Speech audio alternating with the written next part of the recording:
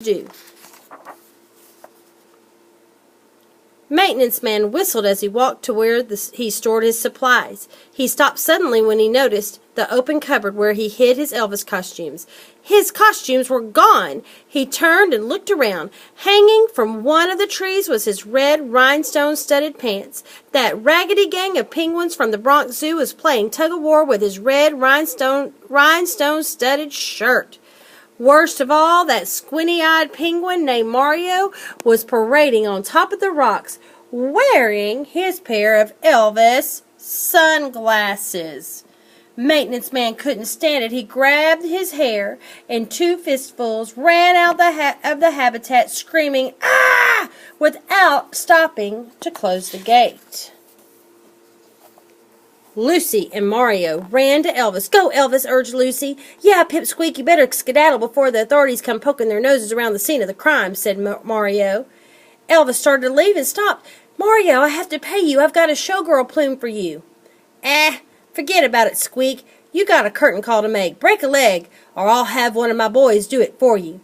Elvis ran for the gate. Lucy turned to Mario in surprise and said, "You mean you're not going to charge Elvis for your services?"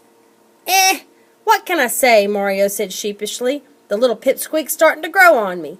Elvis dashed through the gate, jumped into the laundry cart, and hid under the sheets as the hotel maid dragged it into the elevator. On the second floor, Elvis jumped out and raced to the dining room. He hid under the all-you-can-eat buffet. When he crawled out, a security guard spotted him. "Catch that penguin!" he yelled, and 4 more security guards joined him as he ran after Elvis. Elvis dodged behind the slot machine and then dashed to the other side of the casino. He hid next to the roulette wheel. The security guards ran past without seeing him. Elvis could see the stairs to the stage. He was almost there. He looked around, and the coast was clear. Quickly, he waddled toward the stage. Elvis waddled up. "There he is!" shouted one of the guards. Elvis waddled up the stairs. The security guards were not far behind. Several performers were meandering backstage. Excuse me, penguin coming through," Elvis called as he zigzagged between them. The guards were gaining on him. Elvis raced toward the group of showgirls lined up on the stage, and just as one of the security guards reached out to grab him, Elvis flung himself onto his belly and slid between the showgirls' legs. The audience gasped when Elvis came to a halt at center stage. "Look," someone in the audience called out. "There's a penguin on stage." "He has a pompadour," said one lady. Elvis stood up. The bright lights were blinding. He squinted his eyes against the glare. "Oh, he has smoldering eyes, just like Elvis Presley," crooned another lady. At the mention of his namesake, Elvis was jolted back to his senses. He closed his eyes, took a deep breath, and started singing. "The warden threw a party in the county jail." The audience was stunned into silence. No one moved. The prison band was there, and they began to wail. The drummer softly began to pick up the beat.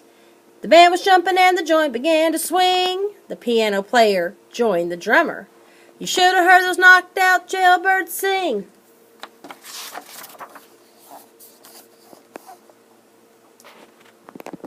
Elvis was fired up.